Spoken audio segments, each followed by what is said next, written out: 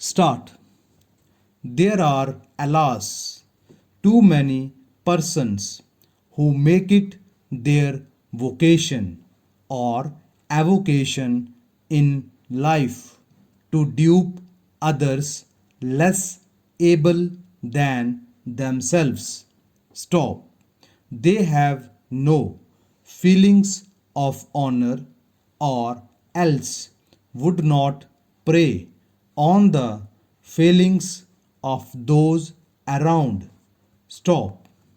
In 1858 was set up a royal commission on popular education in all the nation. Stop.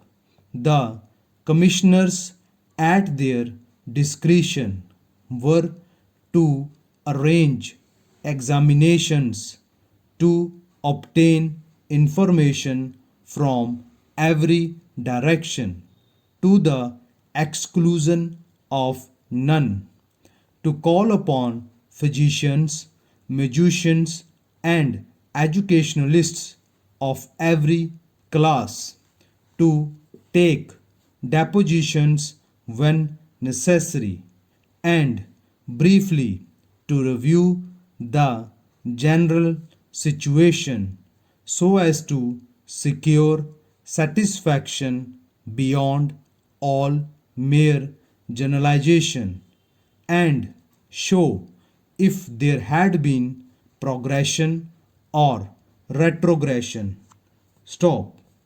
They despise veracity, and their greed for gold amounts almost to voracity.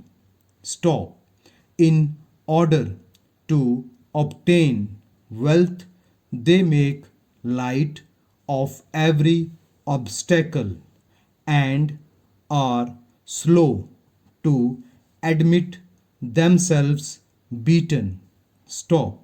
They are averse to honest labor, and yet they spare no pains to become versed in the cunning arts necessary to extract money from their victims and to extricate themselves from the consequences of their illegal actions.